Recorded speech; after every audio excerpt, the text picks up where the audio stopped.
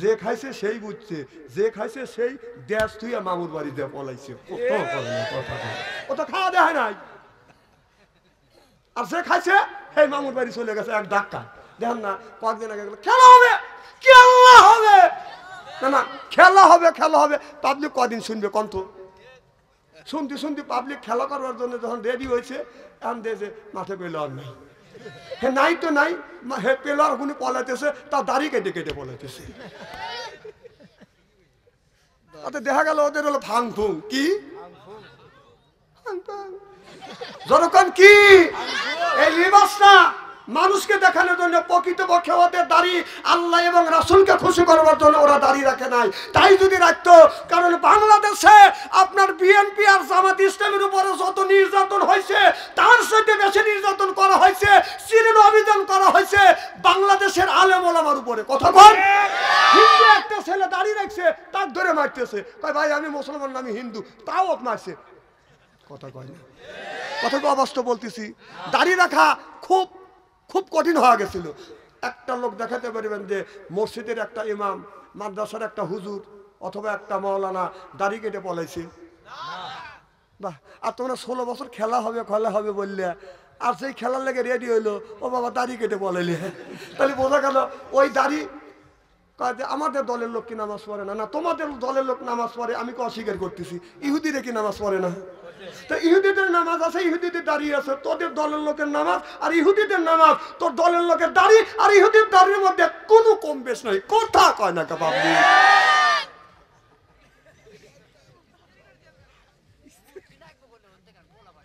হ্যাঁ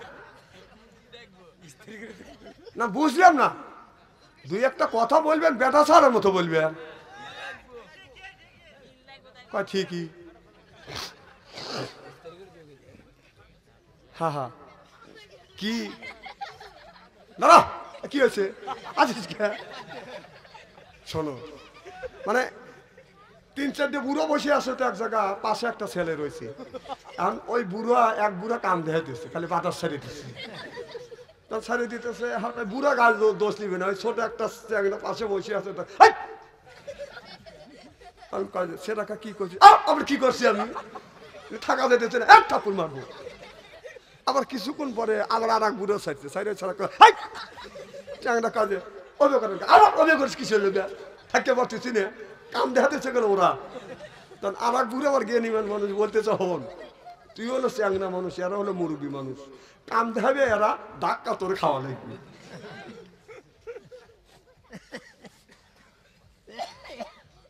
খুব মনটা খারাপ লাগতেছে।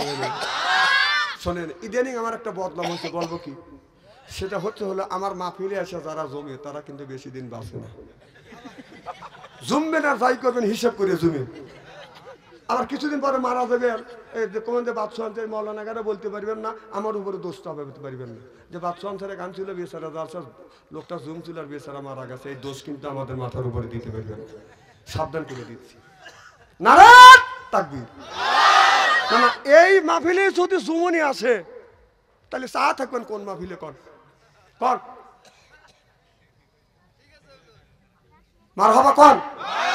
কি যেন বলতেছিলাম?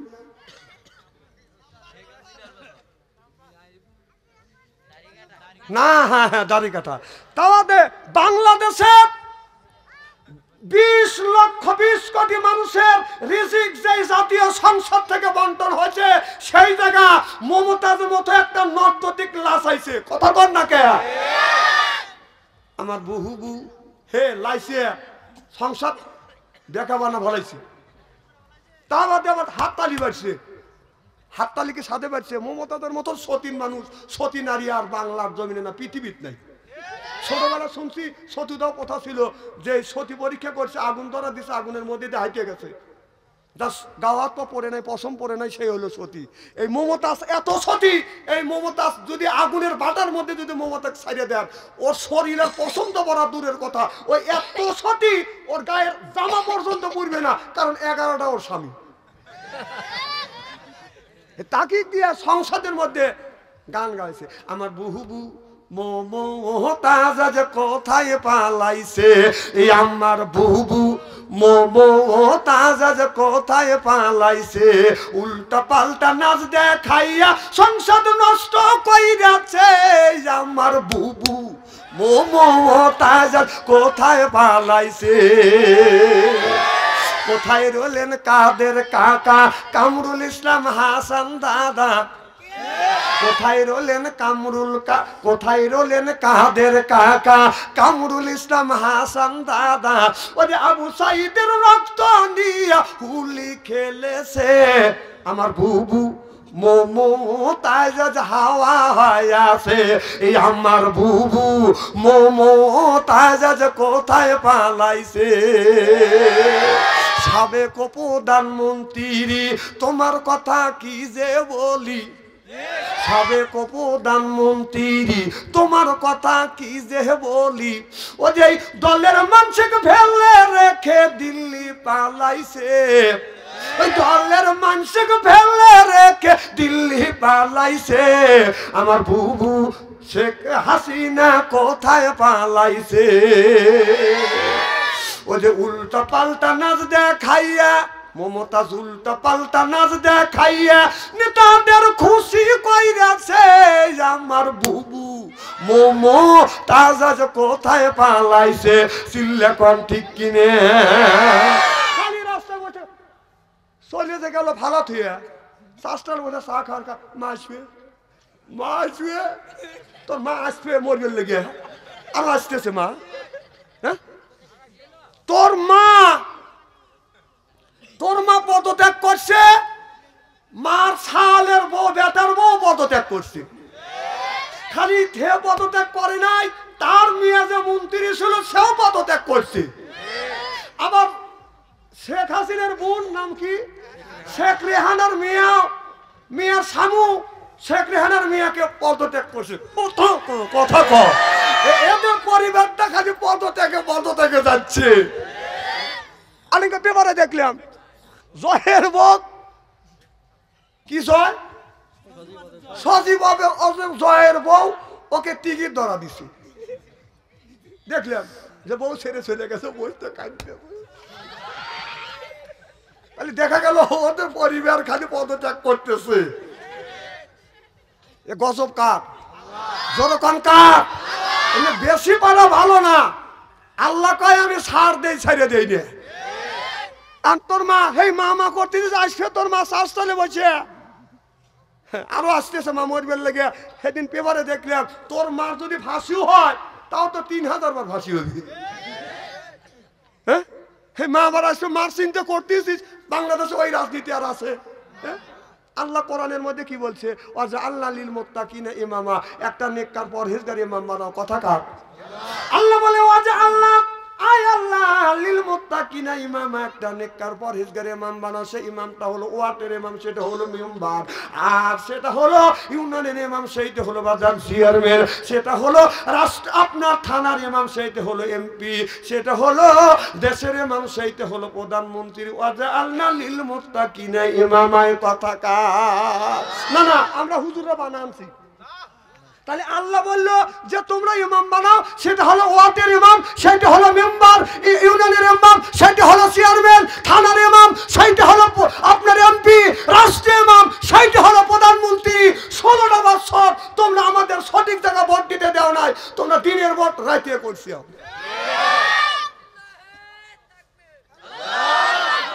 এনে তাকবীর দেওয়ার জায়গা।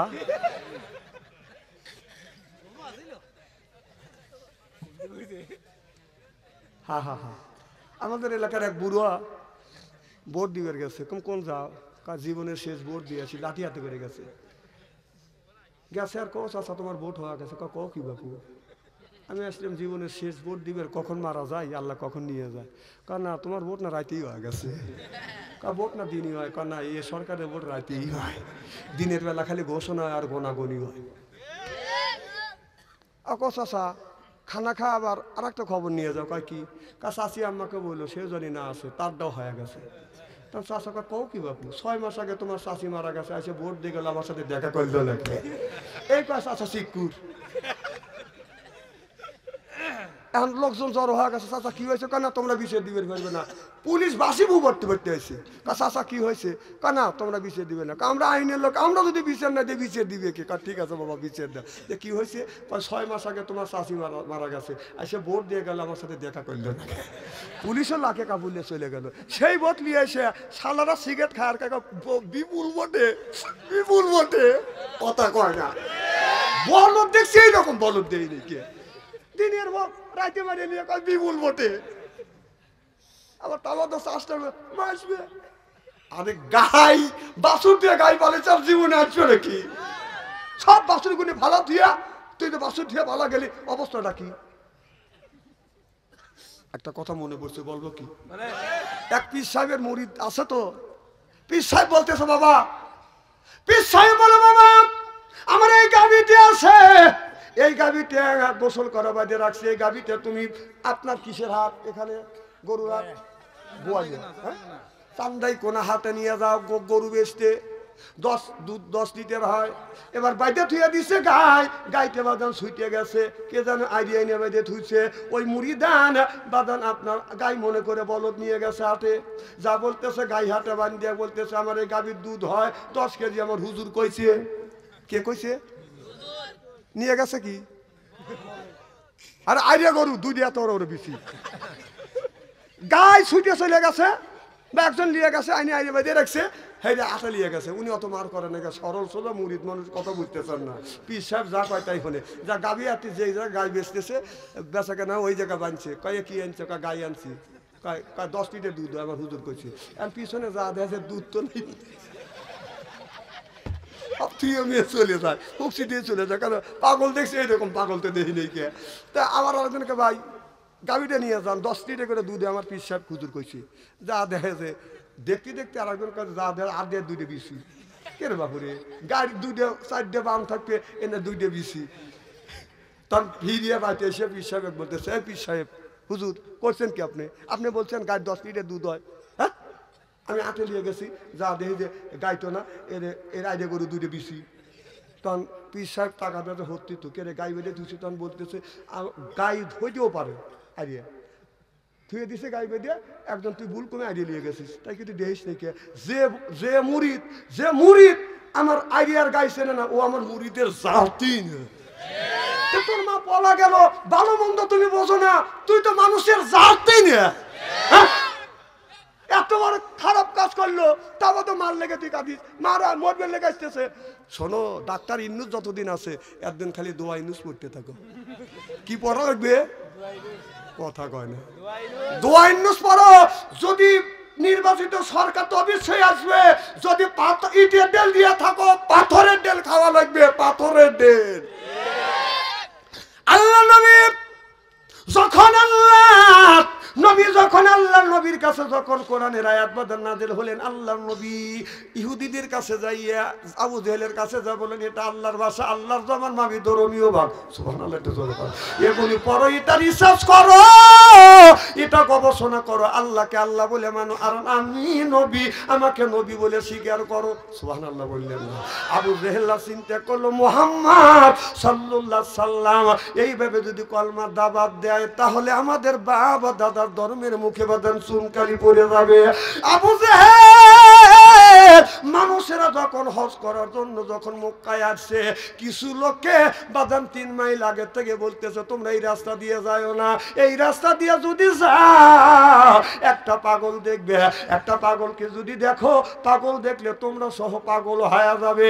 এবার সব মানুষ চিন্তা করতেছে জীবনে বহুত পাগল দেখছি, পাগল দেখলে মানুষ পাগল হয় না। তারা চিন্তা করলেন মুহাম্মদ সব দলে দলে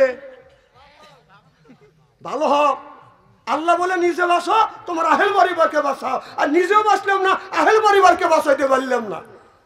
হযরত ইব্রাহিম আলাইহিস সালাম আল্লাহর কাছে বলেছিল রব্বি হাবলি মিনাস সলিহিন, আল্লাহ একটা নেক বেটা দাও। আল্লাহ তার একটা নেক বেটা দান করছে, এটা হলো ইসমাঈল আলাইহিস সালাম। আমরা যেগুনি জন্ম দিছি এটা বেটা না বাদান, ঠেটা শয়তানের বেটা, রাস্তা দিয়ে যায় বাদান বাজাইলে এটা বেটা কিয়ামতের দিন খাবে দাদা বেটা। আহলা তো কুম ফিতনা, তুমি বেটা বিটি হচ্ছে বাদান পরীক্ষার বস্তু। বেটা বিটির কারণে মা বাবা না নামাজ পড়ে রোজা রেখে হজ করে যাকাত দিয়েও কিয়ামতের ময়দানে কানতে কানতে জাহান্নামে যাবে। বিশ্বাস যদি না হয় মরিয়া দেখেন, কি দেখেন, মরিয়া দেখেন, বিশ্বাস যদি না হয়।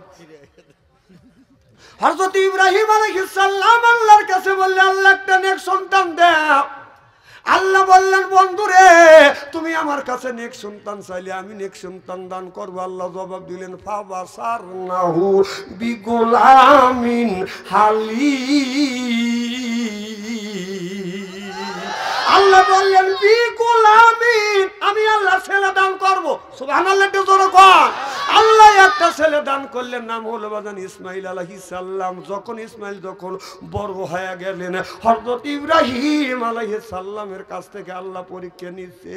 আল্লাহ আগে ইব্রাহিম নবীকে বাজান পরীক্ষা নিল আপনার আগুনের মধ্যে দিয়ে। আগুনের মধ্যে 40 দিন পর্যন্ত হযরত ইব্রাহিম আলাইহিস সালাম ছিলেন। সুবহানাল্লাহ, একটু জোরে কর।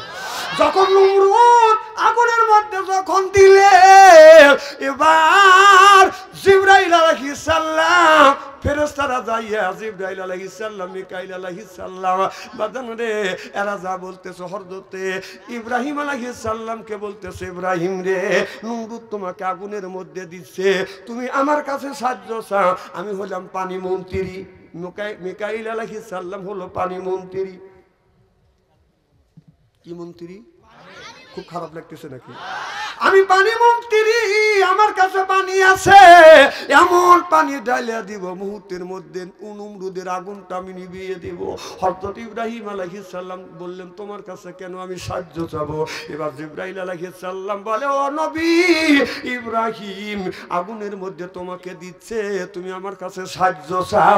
আল্লাহ 600টা পাখা দিছে, এক পাখা দিয়ে বাড়ি মারবো, নমরুদের আগুনটা আমি নিভিয়ে ফেলবো।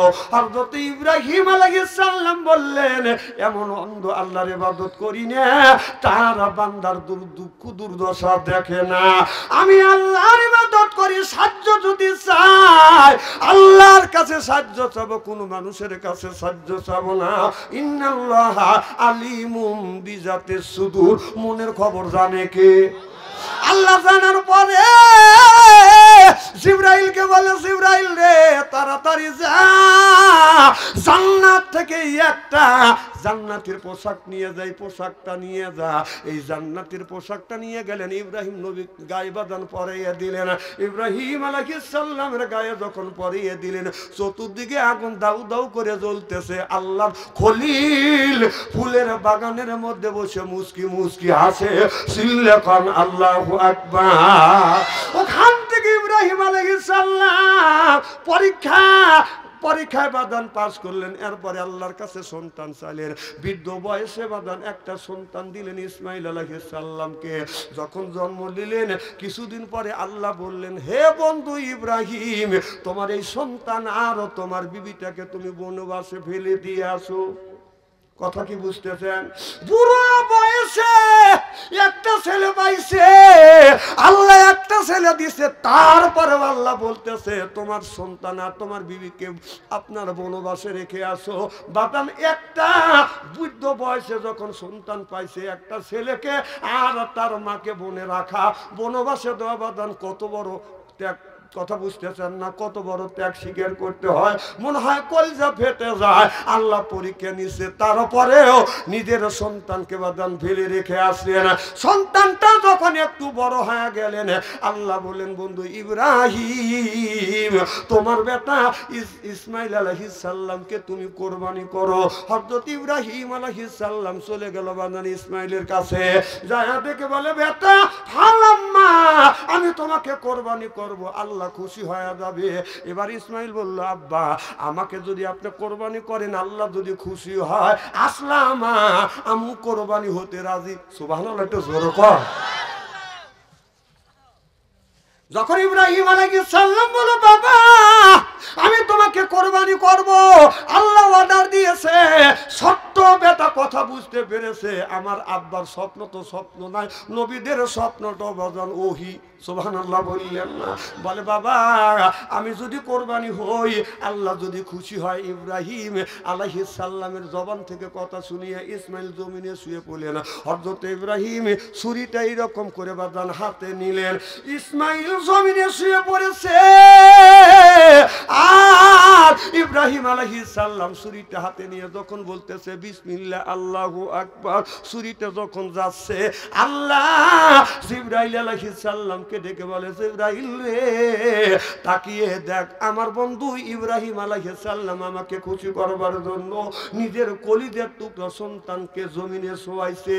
আল্লাহু আকবার বলছে, ছুরি চলে যাচ্ছে, তাড়াতাড়ি যা, আমি আমার বন্ধুর ইসমাইলের ইব্রাহিম আর কোরবানি আমি আল্লাহ কবুল করলাম।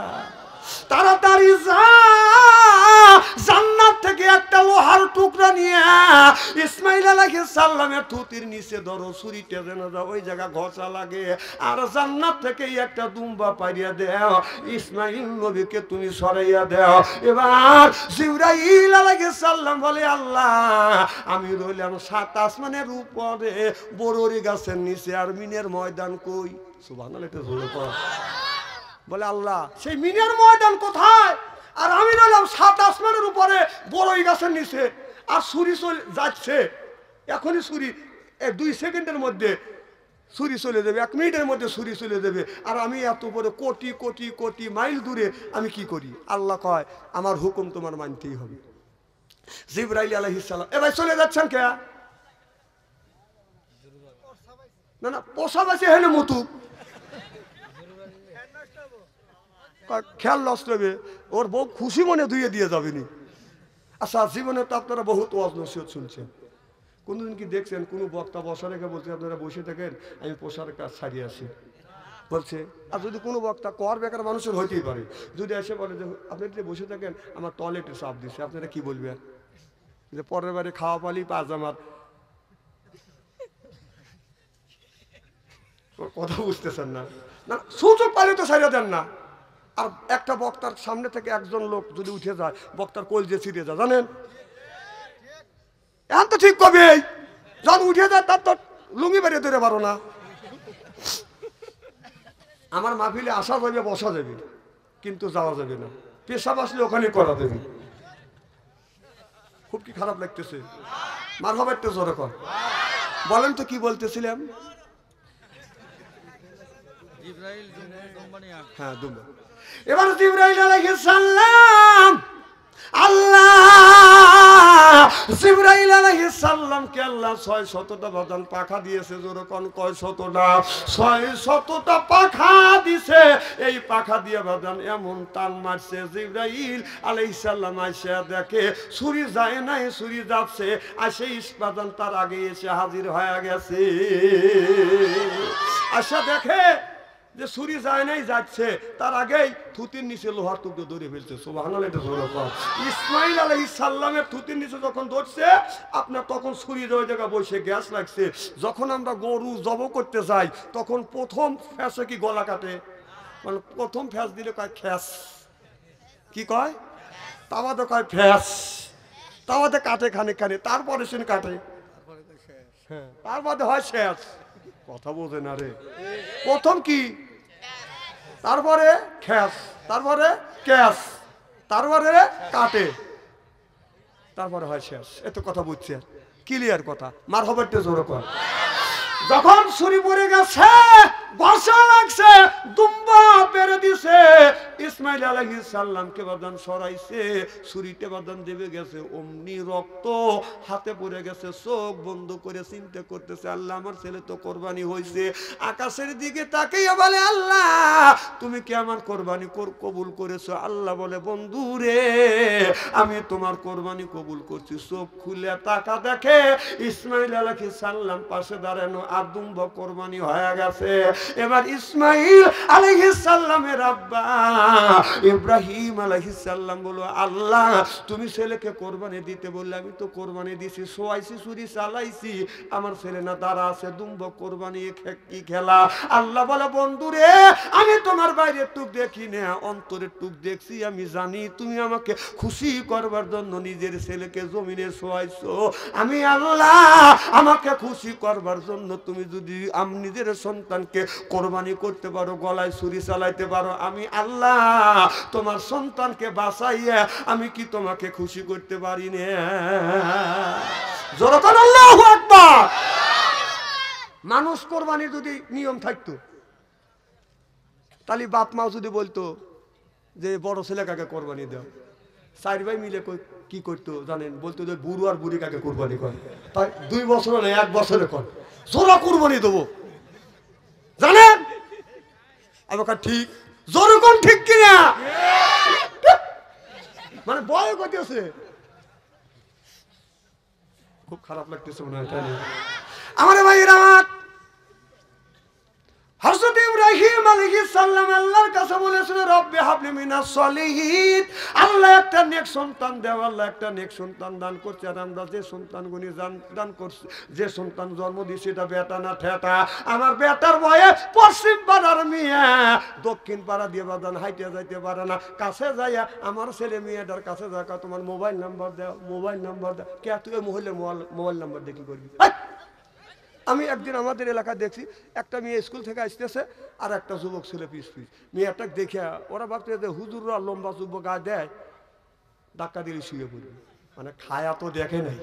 তোমরা কই যা বলে, আপনারা তো বলেছেন মুহাম্মদ নামে একটা পাগল দুনিয়ায় আবির্ভাব হয়েছে, এই পাগলকে কেউ যদি দেখে মানুষ সহ পাগল হয়ে যাবে। আমরা প্রতিজ্ঞা করছি মুহাম্মদ সাল্লাল্লাহু আলাইহি সাল্লামকে যতক্ষণ পর্যন্ত না দেখব, এতক্ষণ গোসল করব না, খানা পিনা করব না। আল্লাহু আকবার। আবু জাহেল মাথায় হাত দিয়ে বসলো আর চিন্তা করলো, আল্লাহ আর চিন্তা করলো মুহাম্মাদের বিরুদ্ধে টাকা খরচ করলাম আমি, কাজে লাগলো মুহাম্মদ সাল্লাল্লাহু আলাইহি সাল্লামের সিল্লাকান। আল্লাহু আকবার। আমার ভাইরা আমার, এবার আবু জাহেল তখন ঘোষণা দিলেন, লা তাসমাউ লিহাযাল কোরআনি ওয়ালগাউ ফি, কোরআন বলতে দেওয়া যাবে না, চলতে দেওয়া যাবে না। এইটা হলো আবু জাহেলের বাদান চক্রান্ত, আবু জাহেলের একটা আইন। ঠিক আমরা 15টা বছর আমাদের এই কোরআন চলতেও দেয় নাই, বলতেও দেয় নাই, কোরআনের মাহফিল থেকে আমাদের অপমান করে বের করে দিছে। না না, এই আয়াতটা আমরা মোল্লারা বানাইছি না, কথা কা আল্লাহ বললেন লা তাসমাউ লিহাযাল কোরআনি ওয়ালগাউ ফি, যে কোরআন আবু জাহেল বলেছিল কোরআন চলতেও দেওয়া যাবে না, বলতেও দেওয়া যাবে না। আমার 16টা বছর কোরআন চলতেও দেয় নাই, বলতেও দেয় নাই। তারপরে কয় মা আসবে, আমরা তো তোদের ভালোবাসা রাখে দিছি, কিছু বলতেছি না। এই তো মসজিদে যা সিজদা দিয়ে আল্লাহর শুকর আদায় করা উচিত। কারণ তোদের নেতারা বলছিল যে আওয়ামী লীগ সরকার চলে গেলে একদিনে 2 লক্ষ মানুষ গায়েব হয়ে যাবে, একটা লোক গায়েব হয়েছে, তোরা একাই বলেছিস। কেউ কি আমরা দাওয়াইছি? নীরব। একটা লোক মারছে, কথা করে ও আজই করবো না, হক কথা বললাম না, কথা বল না, কে হক কথা সায় দিলেই তো হয়। না না, কোন দলের লোক আকারে মারছে, কয়টাক মারিয়ে ফেলাইছে? তোরা তো আনুমানিক করছিলি 2000 লোক একদিনের মধ্যে, এক রাতের মধ্যে শেষ। কয়টা মরছে কর? মানে ওরা মিথ্যা কথা বলতে বলতে শয়তান ওদের কাছে থাকে নাই। কে কথা বল না, কে খারাপ লাগতেছে? দেশটা দেউলিয়া বানাইছে সাবেক প্রধানমন্ত্রী, দেশটা দেউলিয়া বানাইছে সাবেক প্রধানমন্ত্রী। সোনার দেশটা শ্মশান করলে লুইটা পুইটা খাইয়া রে প্রধানমন্ত্রী। কোথায় রলেন কামরুলে শ্যাম, কোথায় কাদের কাকা, কই গেল সে ওই মহিলার শ্যাতাং শ্যাতাং কথা। কোথায় রইলেন কামরুল ইসলাম, কোথায় কাদের কাকা, কই গেল সে ওই মহিলার স্যাটাং স্যাটাং কথা। ওই দলের মানুষকে বাসাইয়া, দলের মানুষ বাসাইয়া দিল্লি করলে বাসাবে প্রধানমন্ত্রী। এই কথা বললি মোল্লারা রাজনীতি করে। নামাজের কথা কয় জায়গা? 82 জায়গা। জাকাতের কথা 30 জায়গা। কুতিবা আলাইকুমুস সিয়াম, রমজান মাসের রোজার কথা এক জায়গা ডাইরেক্ট আর এক জায়গা ইনডাইরেক্ট, তাহলে 2 জায়গা পাওয়া যায়। সুবহানাল্লাহ। আর কোরআন প্রতিষ্ঠিত করবার জন্য রাজনীতির কথা কোরআনের মধ্যে ডাইরেক্ট ইনডাইরেক্ট 903 জায়গা বলছে। সুবহানাল্লাহ। আমি দেখা দিতে পারি যে ডাইরেক্ট 500 জায়গার উপরে বলছে কোরআনের রাজনীতি। এগুলি আমরা বানাবানা আনছি। খুব খারাপ লাগতেছে মনে। ছোট বাচ্চা ঠিক করতেছে, বুড়ো টাকা মরবি, মা মনে হয় আসবে। আহা, আমরা বললি কয় রাজনীতি, কয় যে ধর্মের সাথে রাজনীতির কোনো সম্পর্ক নাই। আর ধর্ম রাজনীতি এসে ধর্মের ভিতর থেকে। সুবহানাল্লাহ, একটু জোরে কর। কোথা থেকে? ধর্মের থেকে রাজনীতি আসে, রাজনীতির থেকে ধর্ম আসে নাই। আর তোমরা বলো যে ধর্ম আর রাজনীতি আলাদা। বাহ, যদি সমাজের মধ্যে কোরআনের মধ্যে রাজনীতির কথা যদি না থাকে, এই রাজনীতিতে কে তৈরি করলো? হ্যাঁ, গণতন্ত্র গণতন্ত্র করো, গণতন্ত্র করতে গেছে নামাজের ভিতর থেকে গণতন্ত্র তৈরি হয়েছে। সুবহানাল্লাহ, একটু জোরে কর। নামাজে যখন আপনি দাঁড়িয়ে যাবেন, আপনাদের এলাকায় যদি একজন প্রধানমন্ত্রী দাঁড়ায়, প্রধানমন্ত্রী যদি যেখানে দাঁড়াবে তার পাশে একটা ভিক্ষুক বাদান দাঁড়াইতে পারবে কি পারবে না? ওই প্রধানমন্ত্রী কি বলতে পারবে আমার কাছে তুই হলো ফকির, ফকিরের কাছে যা বলতে পারবে? বাদান আপনার ধনীর কাছে গরিব, গরিবের কাছে ধনী, মিনিস্টারের কাছে বাদান ফকির নিয়ে দাঁড়াইবে। এইটা হলো বাদান গণতন্ত্র। ওখান থেকে তারা ইহুদিরা চিন্তা করলেন নামাজের মধ্যে মুসলমানেরা যেই জিনিসটা গণতন্ত্র সৃষ্টি করেছে, নামাজের মধ্যে যদি গণতন্ত্র থাকে, এই গণতন্ত্র কেন আমরা দেশের মধ্যে চালু করতে পারবো না? ওরা রিসার্চ করে গবেষণা করে গণতন্ত্র বাদান তৈরি করেছে। গণতন্ত্র মানেই বাদান সকলের বাদান স্বাধীনতা থাকবে। সিল্লেখন ঠিক কিনে? কারণ গণতন্ত্র যদি থাকে, গণতন্ত্র দোহাই দিছে 16টা বছর বাংলাদেশে কোনো গণতন্ত্র ছিল না। এই কথা বললি আমরা মিলে রাজনীতি করি। জীবনে আমি ইলেকশনে দাঁড়াবো, আপনাদের এলাকার মহিলা ভোটেও তো আমি দাঁড়াবো না, মহিলা ভোটেও তো আমি দাঁড়াবো না। আর আমরা হক কথা বলি রাজনীতি করতেছে। এ বাবা দাঁড়াস না বাবা, কষ্ট তো হবেই। হক কথা বলি তো কষ্ট হবে। খুব কি খারাপ লাগতেছে? নারায়ণ তাকবীর। আমার ভাইরা ওদিকে যেতে চাই না। মুসলমান ভাইরা, আল্লাহর ওলি বড় পীর আব্দুল কাদের জিলানীর কথা আমি বলতেছিলাম, মনে আছে? তেরে দিদার খোদা হামকো বানায়া, अपना गोलम बना हमको खुदाया, अपना गोलम बना हमको खुदाया। सिल्लकन अल्लाहु আকবার। আল্লাহর ওলি বড় পীর আব্দুল কাদের জিলানী রাহমাতুল্লাহ আল্লাহর ঘরের মধ্যে বাজান, আপনার একটা আল্লাহর ওলি ঘরের মধ্যে বাজান জিকির করতেছে, নামাজ পড়তেছে। নামাজ পড়িয়ে আল্লাহর ওলি অমনি যায় না আমাদের উপরে ডান কাতে বাজান একটু শুয়ে পড়েছে। হঠাৎ করে একটা ওই জামানার মধ্যে সবচাইতে বড় চোর মনে মনে চিন্তা করলেন, জীবনে আমি বহুত জায়গা চুরি করছি, কোনোদিন ধরা পড়ি নাই। আজ আল্লাহর ওলি আব্দুল কাদের জিলানীর ঘরে যা চুরি করবো, আমি পরীক্ষা করে দেখবো কেমন ধরনের ওলি। কথা বুঝতেছেন না? আল্লাহর ওলিকে পরীক্ষা করবার জন্য ওই বড় চোরটা বাজান যাইয়া ঘরে যা বাজান সিন কাটছে। সিন কাটিয়ে ঘরের মধ্যে যা দেখে আল্লাহর ওলির ঘরে বাজান কোনো কিছু নাই। আর এখন যে আল্লাহর ওলি বড় পীর আব্দুল কাদের জিলানী, তিনি তো একজন পীর ছিলেন, তার ঘরে বাজান কিছু নাই। এখন পীর সাহেবের বাড়িতে যা দেখেন, পীর সাহেবের বইয়ের বাজান 6 ভরি হলো সোনা, মিয়ার হলো 32 ভরি, পীর সাহেবের বাজান 50 ভরি। কথা কয় না? টাকা পয়সা হাতে না, পীর সাহেবের কামাই করা লাগে না, মুরিদ দেয় খালি খায় আর ফ্রিজে ঢুকায়। আম কলা নিয়ে যায়, আপেল নিয়ে যায় না, বাচ্চা মানুষ যায়, এদের পড়া আছে, ছাত্র মানুষ না। যাও 2-4 ছাত্র বাবা যাও, রাত অনেক হয়ে গেছে। জিকির করো লা ইলাহা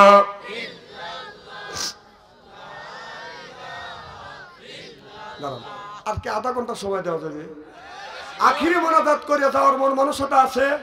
কার কার আছে একটা টান করে দেখান তো। আলহামদুলিল্লাহ, হাত নামান। আচ্ছা আচ্ছা, আরো 1 ঘন্টা মারহাবা কোন। তাহলে কি জানে বলতেছিলাম, আল্লাহর ওলি আব্দুল কাদের জিলানী রাহমাতুল্লাহ আলাইহির ঘরে বাদান সিন কাটছে, সিন কেটে বাদান চলে গেছে ঘরের মধ্যে, যায় দেখে আল্লাহর ওলির ঘরে বাদান কিছু নাই। চিন্তা করে জীবনে বহুত জায়গা চুরি করছি, এই রকম তো সর্বনাশা জায়গা আমি তো কোনোদিন চুরি করি। কি করছিস কাগজ কই? উম্মত কথা বলবে না। আপনার ছেলের বয়স 20 বছর, আপনার ছেলের বয়স 20 বছর, 20 বছরের মধ্যে 20 বছর বয়স হয়ে গেছে, 1 বছরের মধ্যে আপনার ছেলে ফজর নামাজ পড়ে নাই। আপনি বাবা, আপনার বয়স হলো 60 বছর 70 বছর, আপনিও বাবা 1 বছরের মধ্যে ফজরের নামাজ পড়েন নাই। আপনি কেমন বাবা আরো সন্তান জন্ম দিলেন কেমন? আমার আল্লাহ বলবে বন্ধু, প্রথম তো আল্লাহ নামাজের হিসাব নেবে। আল্লাহ বলবে বন্ধু কও তোমার উম্মতের নামাজ কই? আমার নবী চোখের পানি ফেলে দিয়ে কানবে, বলবে উম্মত রে, আমি নবী নামাজের জন্য উহুদের ময়দানে আমার দান শহীদ করে দিয়েছি। এই নামাজের জন্য আমি নবী তাইফের জমিনে মার খেয়েছি। তাকিয়ে দেখ আমার শরীরে এখনো তাইফের পাথরের দাগ রয়ে গেছে। মা আয়েশা রাদিয়াল্লাহু তাআলা আনহু যখন জয়তুনের তেল মালিশ করে রাসূলের শরীরে মালিশ করছে, মা আয়েশা বলে ইয়া রাসূলুল্লাহ, ইয়া হাবিবাল্লাহ, আপনার শরীরে কি বসন্তর গোটা উঠছিল? আমার নবী কান্দে। আয়েশা বললেন ইয়া রাসূলুল্লাহ, ইয়া হাবিবাল্লাহ, আপনি কেন কান্দেন? কি আপনি আমার কথা দুঃখ পাইছেন? আমার নবী বললেন আরে আয়েশা না, আমার শরীরে মশা মাছি ভরা আল্লাহ নিষেধ করে দিয়েছে। আমি নবী যখন কলমার দাওয়াত দিতে গিয়েছিলাম, তাইফের ছেলেরা আমি নবী আমার গায়ে অগণিত পাথর মেরেছে। আয়েশা, এটা তাইফের ছেলেরা আমাকে পাথর মেরেছে, এই কালো দাগ এখন পর্যন্ত মুছে নাই। আমার নবী বলবে উম্মত রে, আমি নবী তোদের জন্য মার খেয়েছি, আমি নবী তোদের জন্য উহুদের ময়দানে দান শহীদ করে দিয়েছি, তোদের জন্য এই নামাজের জন্য আমার সাহাবীরা জীবন দিয়েছে, বিবিকে এতিম বানাইছে, ছেলে সন্তানকে এতিম করছে, বিবিকে বিধবা বানাইছে। এই আমার উম্মত, তোর নামাজ কই? কিয়ামতের ময়দানে আল্লাহর নবী আর কোনো কথা বলবে না। আল্লাহর নবীর সামনে অমনি আল্লাহ বলবে ফেরেশতারে, আমার নবীর উম্মতের নামাজ নাই, রোজা নাই, দিন প্রতিষ্ঠিত করবার জন্য কোনো চেষ্টা করে না। যারে ফেরেশতা যা ঘাড় ধরে ধরে বান্দাকে জাহান্নামে নিয়ে যা। আল্লাহর নবী ওই দিন বাদান ওই মানুষের জন্য সুপারিশ করিবে না। তাহলে নামাজের দরকার আছে না বাদান নাই?